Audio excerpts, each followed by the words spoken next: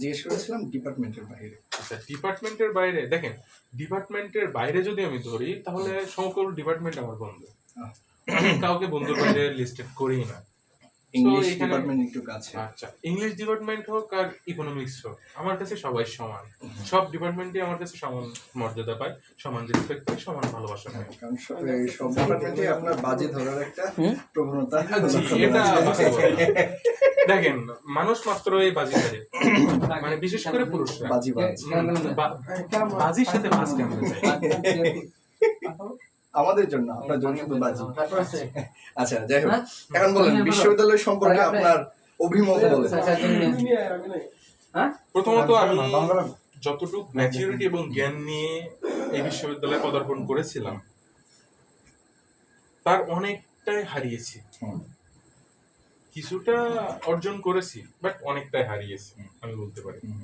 আমার মোরালিটির অনেকটাই এখানে এসে ধ্বংস হয়েছে। হয়তো আল্লাহর রহমত যে এখনো পর্যন্ত আমার ভিতরে বিবেক এবং মনুষ্যত্বটা কিছুটা হলেও বেঁচে আছে, হয়তো বা এই জন্য সার্ভাইভ করছেন। জি, না হলে আমি কোথায় থাকতাম আমি নিজেও জানতাম না। ঠিক আছে, কেননা প্রথম জীবনে আমি বিশ্ববিদ্যালয়ের অনেক ডিপ্রেশনে কাটাইছি, যে ডিপ্রেশনে আমার বাজিটা অনেক সাহায্য করছে। আচ্ছা, ডিপ্রেশন এটা কোন ধরনের ছিল?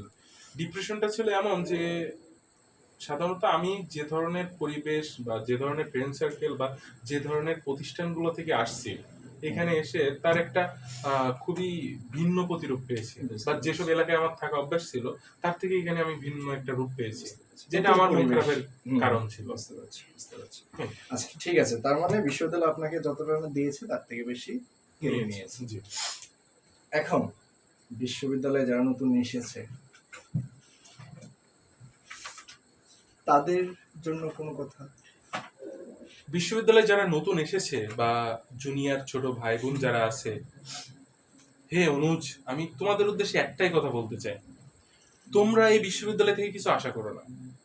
তোমরা সবসময় নিজের পথটা নিজে তৈরি করো, নিজের পারফরমেন্স দিয়ে তুমি নিজের একটা ক্রাইটেরিয়া বানাও, যে ক্রাইটেরিয়ায় তুমি তোমার বিভিন্ন স্কিল নিয়ে কাজ করতে পারবে, তুমি তোমাকে ডেভেলপ করতে পারবে। তোমার বিশ্ববিদ্যালয়ের আশায় যদি তুমি বসে থাকো যে এই বিশ্ববিদ্যালয় তোমাকে কিছু দেবে, তাহলে ভুল ভাবছো। আমি মনে করি তোমার অর্জনটাই তোমার কাছে সবচেয়ে বড়, সেটা তুমি যেখানেই থাকো না কেন সেখান থেকেই করতে পারবে।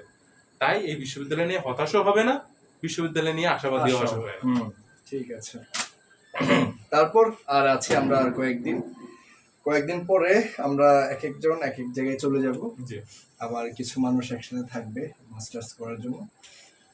তো বিদায় বেলা আমাদের সবার সম্পর্কে বিশেষ কোনো বার্তা আছে কিনা?